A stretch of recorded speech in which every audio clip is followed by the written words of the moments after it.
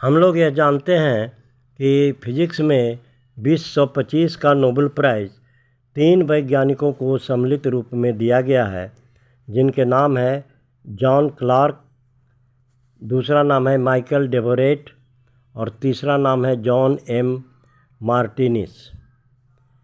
इन्होंने रिसर्च का जो सब्जेक्ट है, इनके रिसर्च का सब्जेक्ट है, वो टॉपिक है microscopic quantum mechanical tunneling and energy quantization in electric circuit.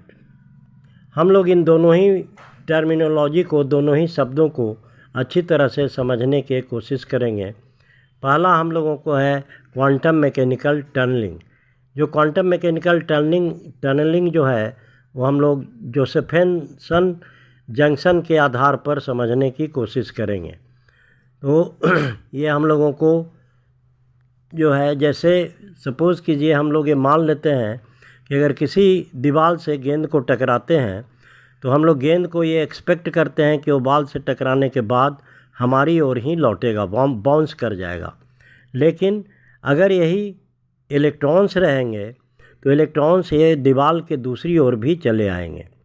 ये कैसे होता है, इसको हम लोग समझने के लिए सुपर कंडक्टर और हम लोग एक एक्सपेरिमेंट को स्टडी करेंगे, जिसको हम लोग जोसेफसन जंक्शन कहते हैं। जोसेफसन जंक्शन क्या है? जोसेफसन जंक्शन में 2 सुपर कंडक्टर हैं, जिसके ऊपर एक सुपर कंडक्टर ये है, एक दूसरा सुपर कंडक्टर है। सुपर कंडक्टर वह मटेरियल है जिसकी रेजिस्टिविटी 0 होती है, जिसका रेजिस्टेंस हमारा 0 होता है।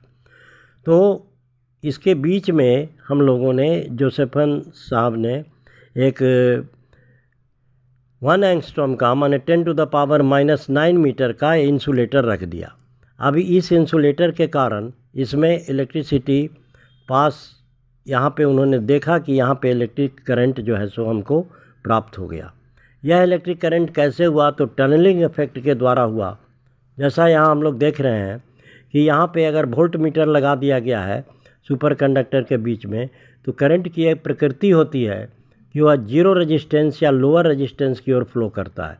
तो करंट ये ऊपर नहीं जाएगा, बल्कि यहीं पर यहाँ पे इधर से ऐसे पास कर जाएगा, यहाँ से ऐसे आएगा और ये यहाँ से करंट पास करके इधर हम लोगों को सर्किट ये पूरा हो जाएगा।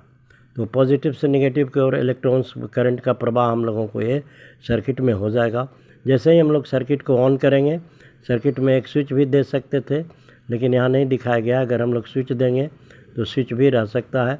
तो ये सुपर कंडक्टर के ये था कि सुपर कंडक्टर के कारण इधर नहीं जाएगा, वोल्ट मीटर में वोल्टेज जो होगा हम लोगों को ये 0 रीडिंग देगा। वोल्ट मीटर का रीडिंग हमारा 0 होगा। तो इस परिस्थिति में यहाँ पे इसी को हम लोग जोसेफसन जंक्शन कहते हैं। इसका इन्होंने इंसुलेटर रख दिया और इस इंसुलेटर के कारण इधर भी करंट का प्रवाह हम लोगों को प्राप्त हो गया। ये जो करंट का प्रवाह हुआ, एक्चुअली ये करंट का प्रवाह जो हुआ, इलेक्ट्रॉन्स यहाँ पे नहीं गया।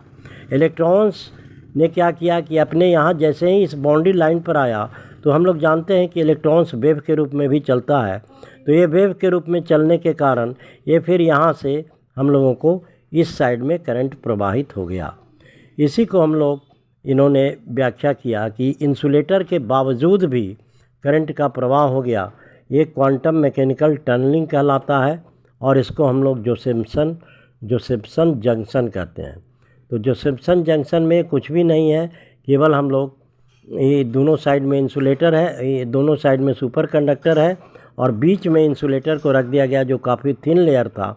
इतना लेयर को इलेक्ट्रॉन्स को जंप करना आसानी होती है और उनका ये थ्योरी माइक्रोस्कोपिक लेवल पर भी, ये माइक्रोस्कोपिक फिनोमेना है, माने इलेक्ट्रॉन्स पार्टिकल्स के लिए है और इलेक्ट्रॉन्स पार्टिकल्स के रूप में भी चलता है और वेव के रूप में भी चलता है।